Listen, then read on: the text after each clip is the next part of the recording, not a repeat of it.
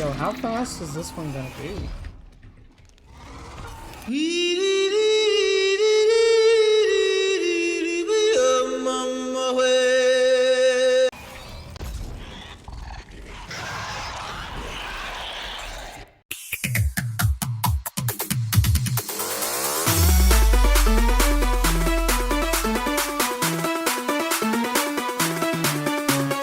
W.A.R.T, or the Weaponized Amphibian Replicant Technology. Yeah, it's a mouthful, I know. It's a creation of Replicorp. They were made from various animals' DNA, basically frog, lizard, I think there's some rabbit in there because of the jumping. But it escaped from its creators and pretty much killed them all to protect its DNA samples of the other versions of itself, and which does make it a mother at the end of the day. And basically W.A.R.T is just a chimera killing machine, just a mixture of everything ever with big, meaty claws that can kill anything in its path. So why should I be telling you how to play W.A.R.T as a noob? Well, I've got about 200 hours of VHS, which I know isn't a lot compared to some other people, but almost all of those 200 hours have been W.A.R.T. I have a few on the other monsters, but mostly all of them W.A.R.T. And I think I am more than qualified to explain how to play the greatest frog, lizard, dog thing that loves hugs. Yes, it says it in the wiki, I swear, to even the newest of monster players.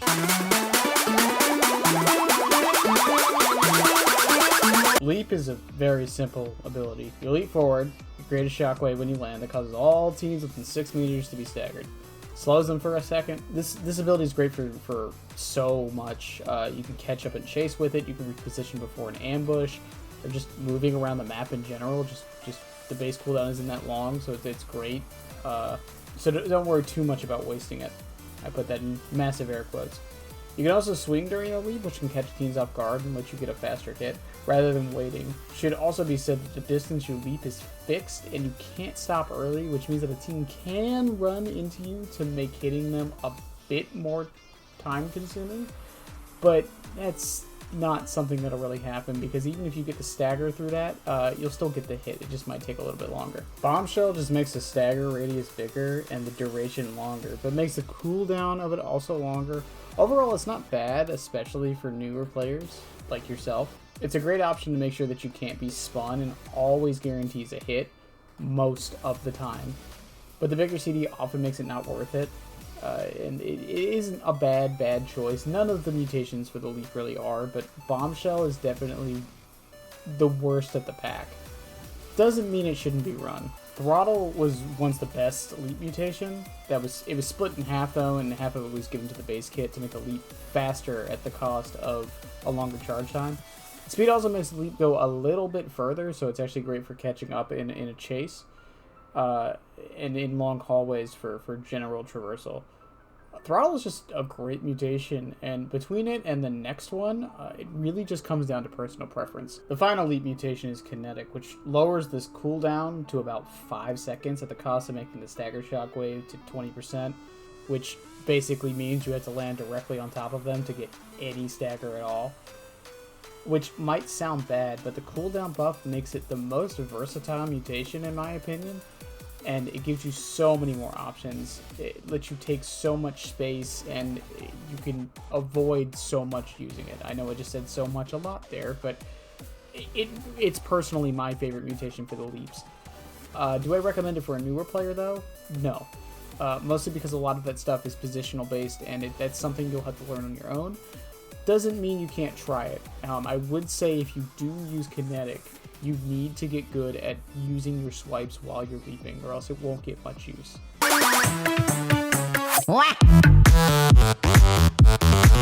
Next for powers, we have W.A.R.T's Armor ability, which is often seen and said as the best ability in the game.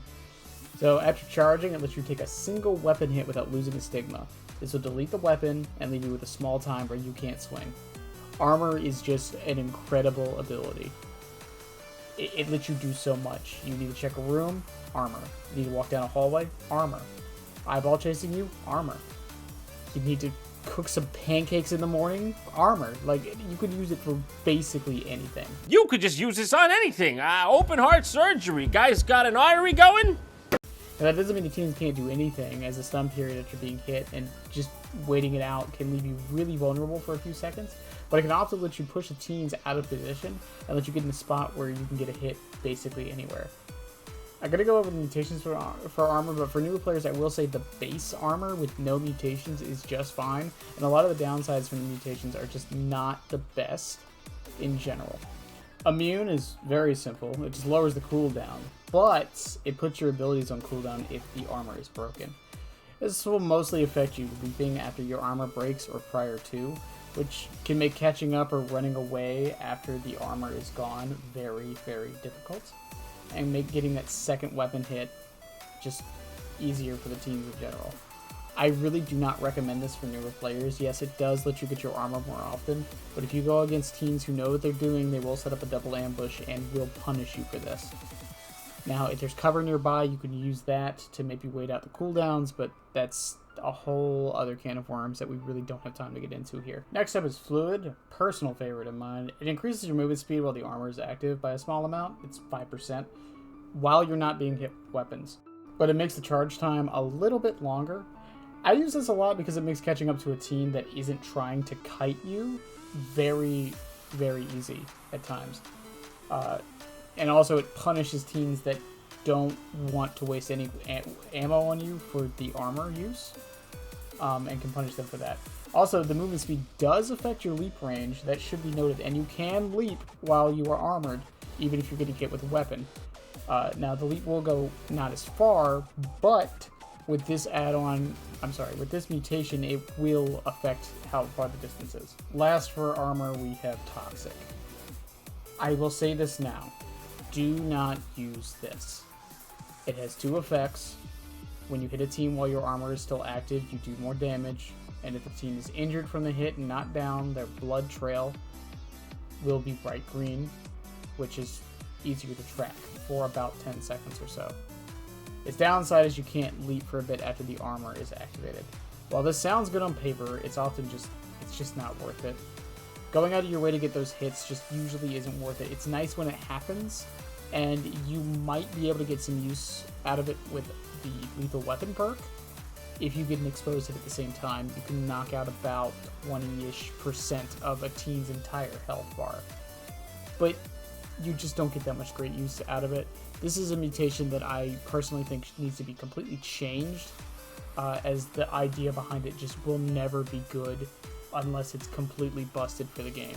I do not recommend this mutation at all. As stated before, just if you're a noob, just run base. Just run the base armor. It's so good and so well designed.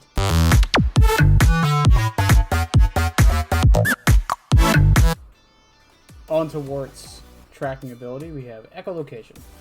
You emit a pulse, it goes across the entire map, and you get after images of all teams for a short time after. This is the most basic tracking ability, and it gives you a general idea where the teams are and what they're doing, and there aren't really any tricks with the base version. It's probably the most noob-friendly ability in the game. What I will say is you should not go all the way across the map if you get the location of a team from the pulse. It is just not worth it, and the teams will see the after image as well, so they know you used it and they know you know where they are, which they can use to trick you to a degree. Now, the mutations, on the other hand, first we have Detect. Is something I will tell every new player to run. While it does make the cooldown longer, it tells you which teams have weapons, which is good info to have and can help you make a plan in the future. It's just knowing a team across the map has a weapon, or knowing a team nearby has a weapon without the use of danger sense can tell you which path to take prior to. It can tell you who's healing, who's protecting. It gives you so much info to work with. And it also just gives you a general idea for when you're newer to understand timings and where people like to stand preparing for you. Mimic just makes the after images go a little bit longer, so you can actually see which direction the teams are running towards, which can make determining where the team is going to hide a little bit easier, but it does make the charge time a bit longer. That's not really the biggest deal in the world. The reason I don't like using this is because the teams also see the after images from the bonus as well, so they can trick you even more with this. They can start running in a location, and then once the after image is gone, they can run the opposite direction. There's really no way for you to know unless you're close by. The thing with the echolocation is you want to use it basically almost at all times when it's off cooldown, with the exception of the next mutation. Last is Deafen, which makes the teens deaf if they get hit with echolocation. The downside is you can't use armor for a short time after activating it. If the active armor is on and you use echolocation, it will be turned off and placed on cooldown. Now that downside is very easy to work with, and it's not the new friendliest thing, but you can work around this.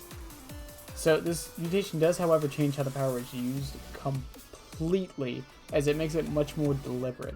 If you know someone's in a room, you could use this prior to going in the room and they don't know which direction you're coming from. They don't know which doorway to watch. They don't know which hallway you're in.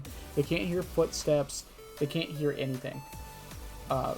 Unlike every other thing with echolocation, this is supposed to be used when you're closer to the teens rather than farther away. While it does sound great, I would say do not use this if you are a noob. Reason being, there's a lot of preemptive work to make it get some use. Once you get the hang of things, however, it can be a super powerful mutation.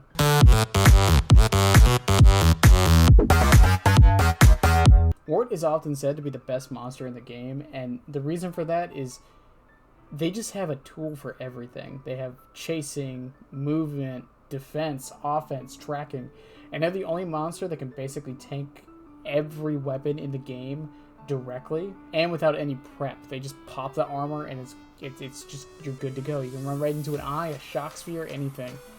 And they're very easy for noobs to understand. Armor is one of, if not the best power in the game, and even with some small tricks, can become a nightmare for teams to deal with. Now, W.A.R.T isn't perfect. Armor is a core of using them, and its cooldown isn't the longest in the world, but when it's not able to be used, it can leave you in a bad spot. As well as echolocation is not the best tracking perk, as the info can not often be capitalized on or useful, as W.A.R.T is also a big target that makes some weapons easier for teams to hit on you.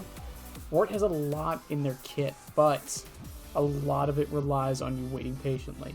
Leap isn't that great of a movement ability, and echolocation not that great of a tracking ability. A lot of W.A.R.T's power budget is in their armor, and you need to learn how to use that along with cover to get good with this monster.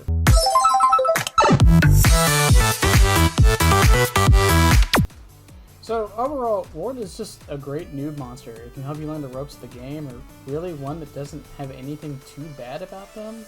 So go on and just start playing the weaponized amphibious replica technology and stop those teens. You got this. Like, there's not too much more I can tell you. A lot of this is going to come down to just basic monster mechanics, and W.A.R.T is the best to help you learn that and help you for those times you can't get those positional advantages. But just go out there and kill some teens.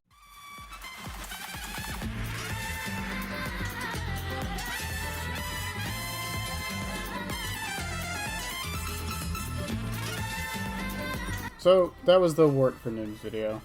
If you made it to the end, thank you so much. I really can't say it enough. I know it wasn't the best or put together all that great, but I had fun making it, and it's all I care about at the end of it. If you learned something, I'd appreciate a like. If you didn't learn anything, dislike it. I don't really care. Is there anything I left out that you thought I should add in for maybe the next one for the Werewolf for Noobs video that will be coming eventually? Go ahead and put it in the comments and whatever.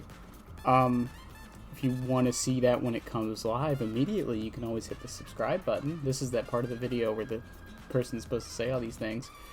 And I also stream on Twitch 3 days a week, 11 to 2. That link's also down below.